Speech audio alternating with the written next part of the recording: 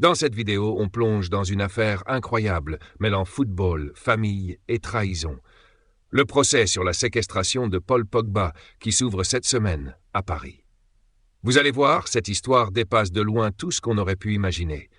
Entre un footballeur au sommet, des liens familiaux brisés et des millions en jeu, accrochez-vous, c'est du jamais vu.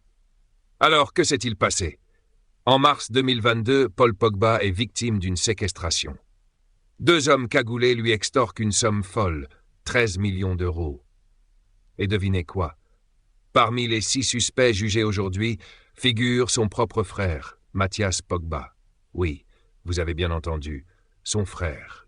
Mathias est accusé d'avoir joué un rôle clé dans cette affaire. Imaginez un peu le choc, à la fois pour Paul, mais aussi pour tous ceux qui suivent sa carrière depuis ses débuts. On parle de quelqu'un qui, il y a encore quelques années, était considéré comme un prodige du football mondial. Mais depuis, la vie de Pogba a pris une tournure bien compliquée. Des blessures, une suspension pour dopage, et maintenant cette histoire judiciaire qui le poursuit. Pourtant, au-delà de ces épreuves, une chose caractérise Paul, sa générosité. Et quand je vous parle de générosité, ce n'est pas juste des mots. Chaque année, il offrait spontanément entre 5 000 et 10 000 euros à ses amis. Mais ce n'est pas tout. Il a donné 40 000 euros à un ami pour qu'il achète une maison à sa mère, 5 000 euros pour un véhicule à La Réunion, et même 150 000 euros pour aider un proche à ouvrir un fast-food. Et attendez, ce n'est pas fini. 100 000 euros en cadeau d'anniversaire pour ses frères Mathias et Florentin, des fonds pour couvrir une arnaque immobilière subie par Florentin. Bref, il donnait sans compter.